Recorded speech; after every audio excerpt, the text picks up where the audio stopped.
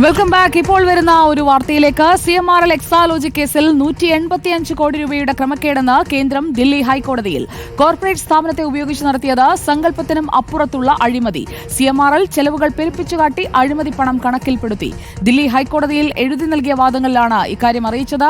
Shyam Devaraj, legal correspondent, നമുക്കൊപ്പം എത്തുന്നു. Shyam Devaraj, CMRL Exalogic ഇടപാടുകളിൽ ഉണ്ടായിരിക്കുന്ന ക്രമക്കേട് അത് ദില്ലി ഹൈക്കോടതിയിൽ ഔദ്യോഗികമായി അറിയിക്കുന്നത് എന്തൊക്കെയാണ്? ഏത് രീതിയിലാണ് കണക്കിൽപ്പെടാത്ത കണക്കുകൾ ഉണ്ടാക്കിയെടുത്തത്?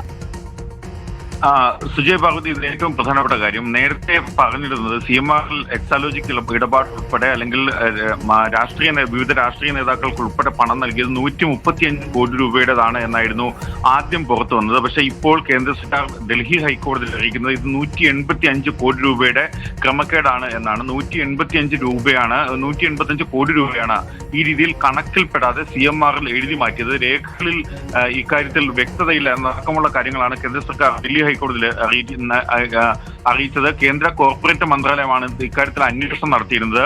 കേന്ദ്ര കോർപ്പറേറ്റ് മന്ത്രാലയം നൽകിയ സത്യവാങ്മൂലത്തിലാണ് ഇക്കാര്യം വ്യക്തമാക്കുകയും ചെയ്തത്. കോർപ്പറേറ്റ് സ്ഥാപനത്തെ ഉപയോഗിച്ച് നടത്തിയ വലിയൊരു അഴിമതിയാണ് ഇത്, സങ്കല്പത്തിനപ്പുറത്തുള്ള അഴിമതിയാണ് എന്നതടക്കമുള്ള കാര്യങ്ങൾ കേന്ദ്ര സർക്കാർ ചൂണ്ടിക്കാട്ടുകയും ചെയ്യുന്നുണ്ട്. CMRL ചെലവുകൾ പെരുപ്പിച്ചു കാട്ടി ഈ അഴിമതി പണം കണക്കിൽപ്പെടുത്തി എന്നാണ് കേന്ദ്ര സർക്കാരിന്റെ അഭിഭാഷകൻ ഡൽഹി ഹൈക്കോടതിയിൽ എഴുതി നൽകിയ വിശദമായ നോട്ടിൽ വാദത്തിൽ പറയുന്നത്. ഇക്കാര്യത്തിൽ നേരത്തെ CMRL എക്സാലോജി കരാറിൽ വിശദമായ വാദം ഡൽഹി ഹൈക്കോടതി കേട്ടിരുന്നു. CMRL എക്സാലോജി കരാർ ഉൾപ്പെടെയുള്ളവയിലെ SFI അന്വേഷണം ചോദ്യം ചെയ്ത് SFI അന്വേഷണം റദ്ദാക്കണമെന്നാണ് ആവശ്യപ്പെട്ട് CMRL നേരത്തെ ഡൽഹി ഹൈക്കോടതിയെ സമീപിച്ചിരുന്നു. അക്കാര്യത്തിൽ വളരെ വിശദമായ വാദം. നമുക്ക് റോഷിപാലിലേക്ക് കൂടി പോകാം. Roshipal, good evening. 185 കോടി എന്നുള്ള കണക്കിതാ വരികയാണ്. കോർപ്പറേറ്റ് സ്ഥാപനം വഴി നടത്തിയ അഴിമതിയുടെ കണക്കാണ് അത്. കോടതിയിൽ കൊടുത്ത റിപ്പോർട്ടിലുള്ള കണക്കാണ്. ഇനി എങ്ങനെ പ്രതിരോധിക്കും?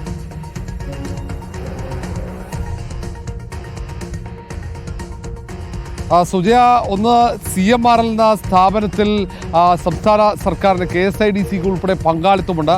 അങ്ങനെ ഒരു പങ്കാളിത്തം, സംസ്ഥാന സർക്കാരിന് പങ്കാളിത്തമുള്ള ഒരു പൊതുഭരണ സ്ഥാപനം, ആ സ്ഥാപനത്തിന് ഇങ്ങനെ ഒരു കരാർ നൽകാത്ത സേവനത്തിന് പണം കൈപ്പറ്റിയതുമായി ബന്ധപ്പെട്ട ആ കണ്ടെത്തലിനെ തുടർന്നാണ് SFIO അന്വേഷണം ഏറ്റെടുത്തത്. 8 മാസം കൊണ്ട് അന്വേഷണം പൂർത്തിയാക്കണമെന്ന നിർദ്ദേശമായിരുന്നു.